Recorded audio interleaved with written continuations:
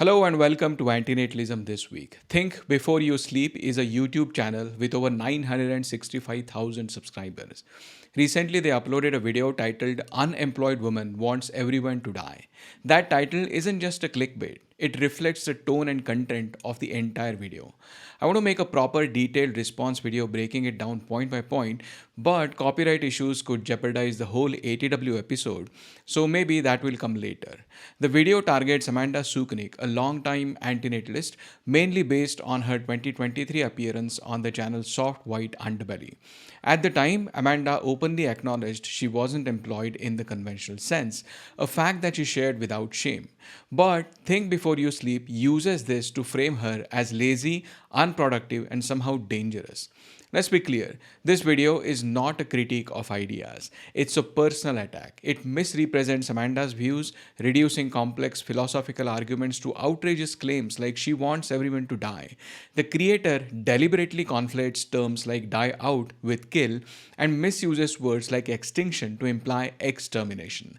That's not just misleading, it's manipulative. They also attack the group Stop Having Kids, labeling their India chapter as racist, a serious accusation made without context. In doing so, they reference former Indian Prime Minister Indira Gandhi and her involvement in the forced sterilization of millions of men, a horrific abuse of power. But what they ignore, and probably deliberately, is that Amanda and antinatalists consistently and explicitly oppose forced human sterilization. So, to make such accusation is not only intellectually dishonest, it's cruel. Amanda's contributions to the antinatalist conversation through her podcast, interviews, and archiving have been profound, consistent, and uniquely valuable.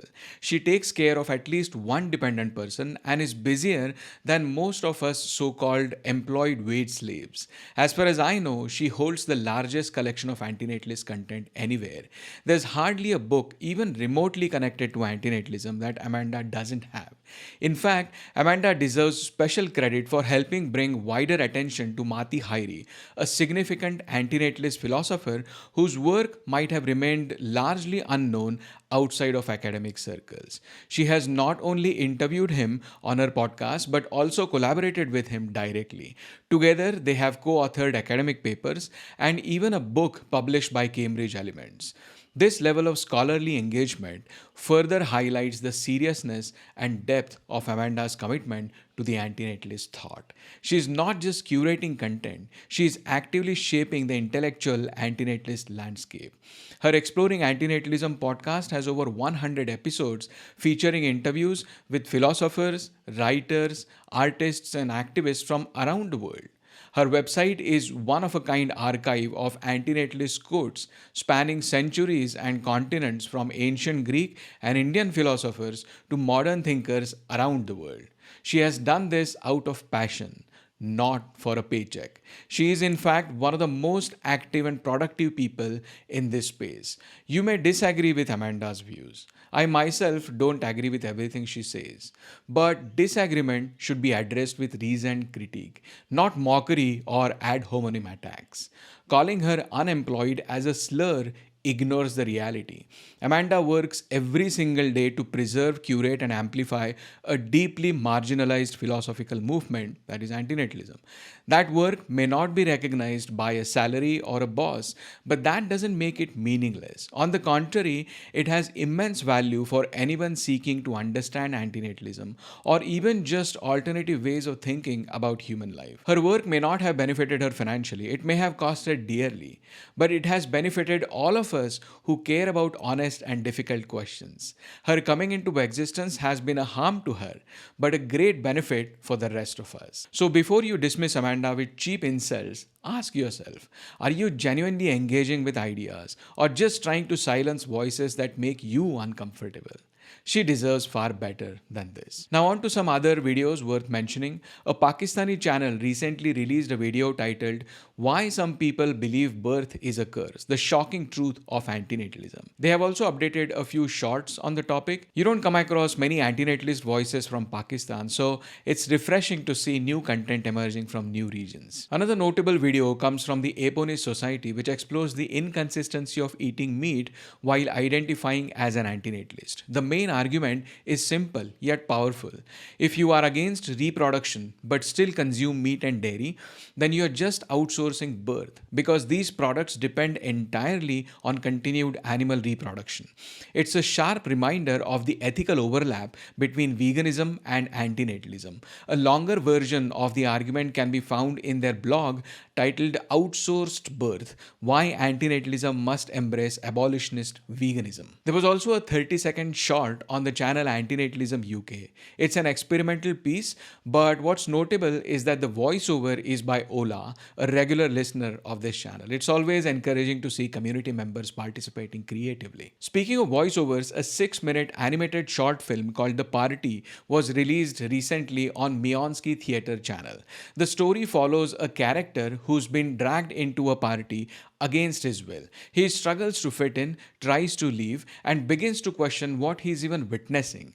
Was the party really that bad? And will he manage to escape? To find out, watch the film. The main character is voiced by Lawrence, and the film is a collaboration involving several people, including Nimrod.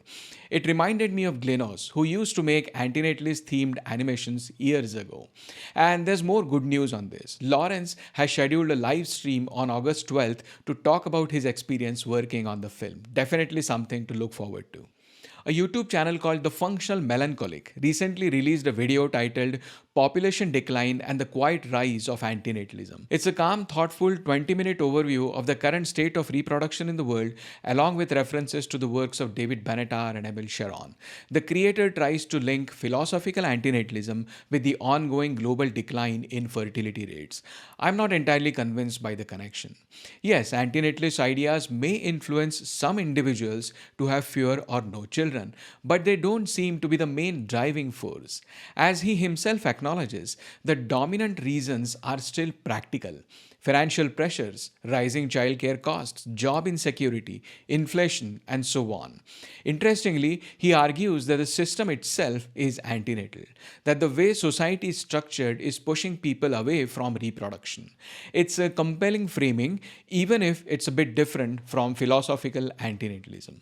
Overall, it's a well-made video by someone clearly on the antinatalist fence, and it's always encouraging to see a channel with over 90,000 subscribers speak positively about antinatalism. The video has already crossed 72,000 views, which is quite a reach for this kind of topic.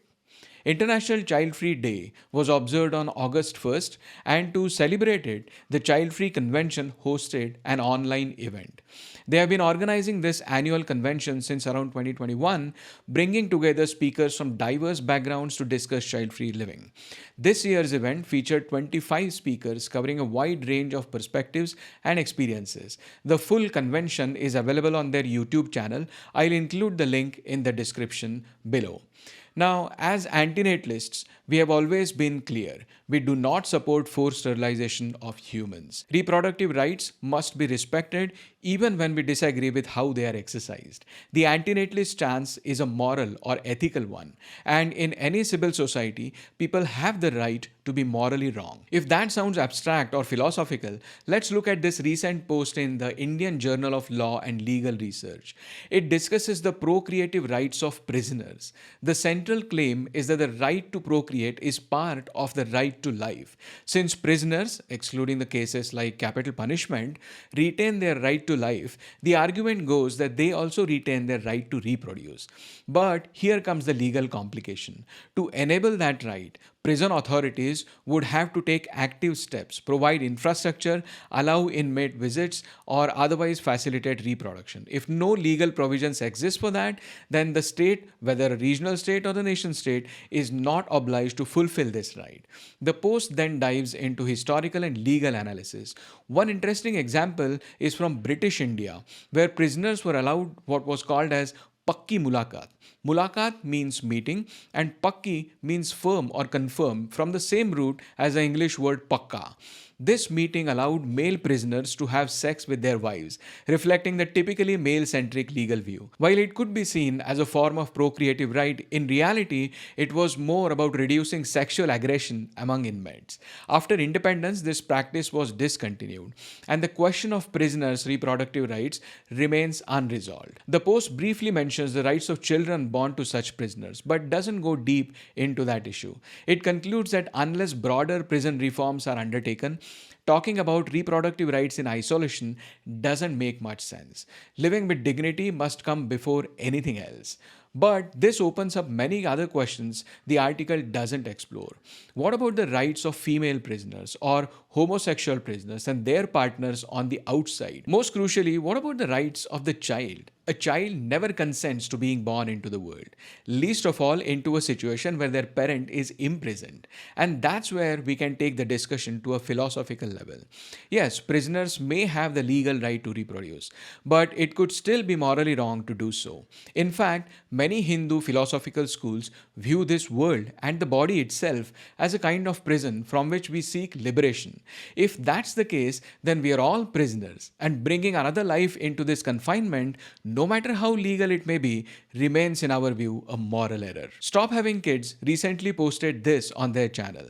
I've been taking a long break from outreach. I will be slowly getting back into the outreach game starting in a couple of weeks. I wasn't planning on making any public announcements about any of the events except for the ones taking place in NYC, but I'll mention the other locations here in case anyone is interested in joining, and if so, then reach out to info@stophavingkids.org. The other locations beside NYC will be Philly, NJ Beach Towns, and Wilmington, Delaware, as well as maybe Rehoboth Beach. That's a nice development, and we hope to see more of these outreaches, not just in the US, but all over the world.